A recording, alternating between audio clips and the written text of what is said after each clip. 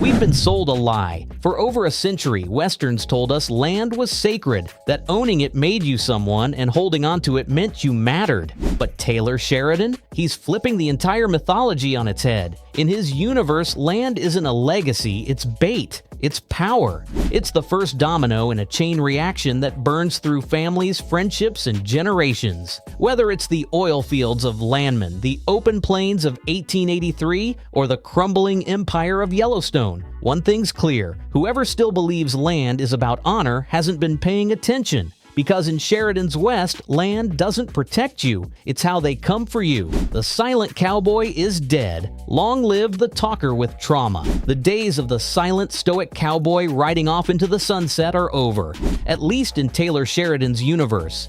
In his sprawling Western saga, silence isn't strength anymore, it's suppression. From John Dutton's barely concealed emotional wreckage to Spencer Dutton's battlefield scars and Elsa's poetic narration of her own slow death, Sheridan's characters bleed vulnerability. They don't just ride, shoot, and grunt, they unravel. In Sheridan's world, the cowboy doesn't hide his trauma, he narrates it, drinks through it, screams about it, or lets it destroy his relationships. Silence, it turns out, gets you killed or forgotten.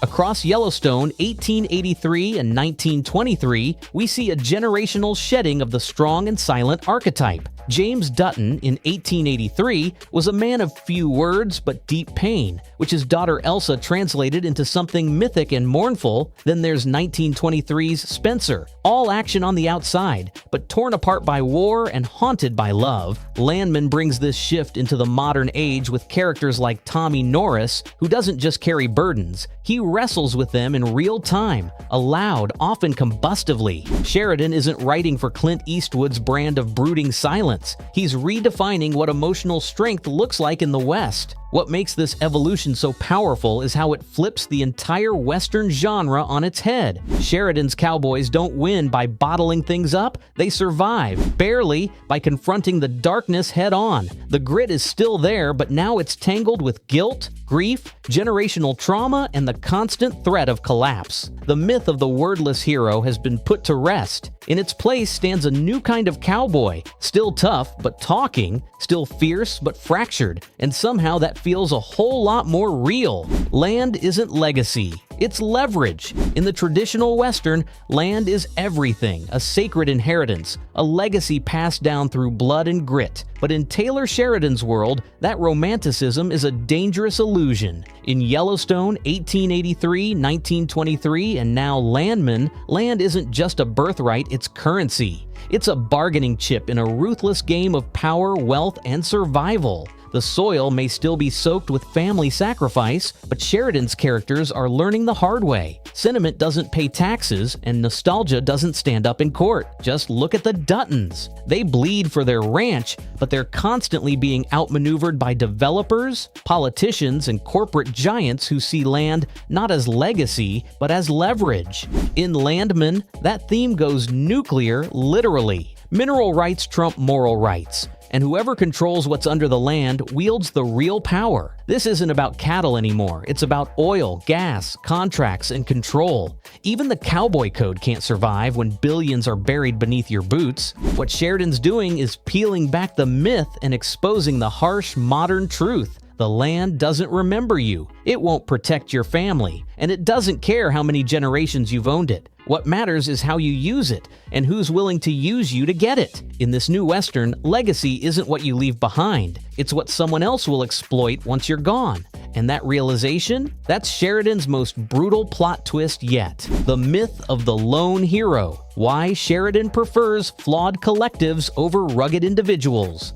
The image of the lone cowboy, a silent, stoic figure riding through a lawless land with nothing but grit and a six-shooter, has defined Westerns for generations. But Taylor Sheridan has made it his mission to dismantle that mythology, piece by dusty piece. In Landman and Beyond, he doesn't glorify the solo gunslinger. He exposes his isolation, questions his purpose, and replaces him with something far more compelling: the flawed, desperate collective. Sheridan's world isn't about one man against the odds. It's about what happens when broken people are forced to rely on each other in a system that's already failed them. Whether it's the dysfunctional Dutton clan in Yellowstone or the corporate oil world ensemble in Landman, Sheridan's characters rarely walk alone. Not because they wouldn't prefer to, but because they can't. Lone heroes don't survive in his stories. Not for long. There's always a cost to self-reliance, and Sheridan has a brutal way of showing it. He builds tension not from a single man's internal code, but from the friction between colliding agendas, personal flaws, and buried secrets. In his world, strength is found not in silence, but in struggle, especially the kind shared by people who don't trust each other but need to anyway. This isn't revisionist Western storytelling. It's Sheridan pulling back the curtain on a fantasy that never truly worked. The lone hero myth gave us simplicity. Sheridan gives us the mess. And in doing so, he reminds us that the real American West wasn't won by mythical figures in white hats. It was carved out by flawed people in complex situations, driven by power, desperation, and survival.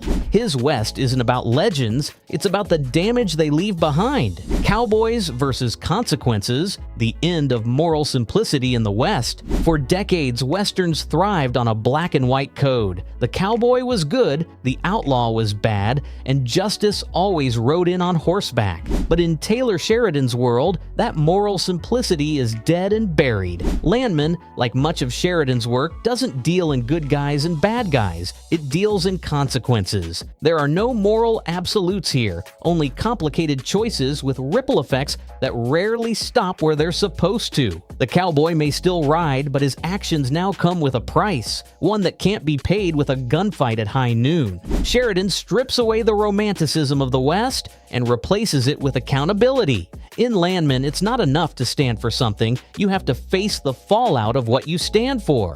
Decisions made in the name of honor, family, profit, or pride unravel lives just as fast as bullets do. The heroes in Sheridan's universe are often just survivors, people who've been burned by their own code and are now grappling with what's left of it. There are no sweeping scores to redeem them, just oil fields, legal loopholes, and fractured loyalties. This shift is what makes Landman feel less like a Western fantasy and more like a Western reckoning. Sheridan has made it clear, this isn't about glorifying the cowboy. It's about confronting what happens when that cowboy runs out of excuses. In this new West, every choice echoes, and no one, no matter how rugged or righteous, gets to ride away clean. The frontier isn't freedom anymore, it's a trap. In classic Western lore, the frontier was freedom incarnate, a wide-open space where men could escape their past, reinvent themselves, and write their own code. But in Taylor Sheridan's world, that open range has turned into something far more suffocating. Landman flips the script. The modern frontier isn't a land of endless possibility, it's a pressure cooker. Instead of freedom, it breeds corruption, addiction, power grabs, and isolation.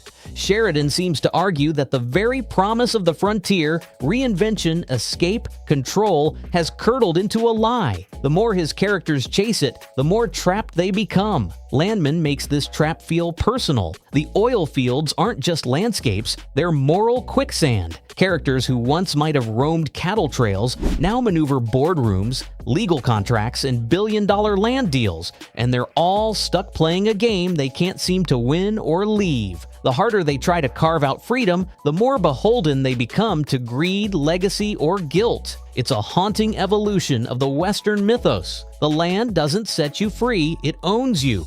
Sheridan's version of the frontier is a prison in plain sight, wide skies above, but no real way out. And what's most disturbing is how familiar that feels. In reframing the frontier as a trap, Landman reflects a modern anxiety that the spaces we were taught would liberate us have instead locked us into cycles we can't escape. It's no longer about how far you can ride, it's about how deep you've already sunk. So next time a cowboy in a Sheridan series talks about preserving the land, listen closely, because what he's really fighting for isn't history, it's leverage. The ranch, the oil lease, the deed, they're not heirlooms, they're ammunition. And the war isn't against time or nature, it's against the cold machinery of power. Sheridan's genius lies in that brutal clarity. The myth of legacy is just that, a myth. And in this new Western order, the land won't remember who you were, only what you were worth.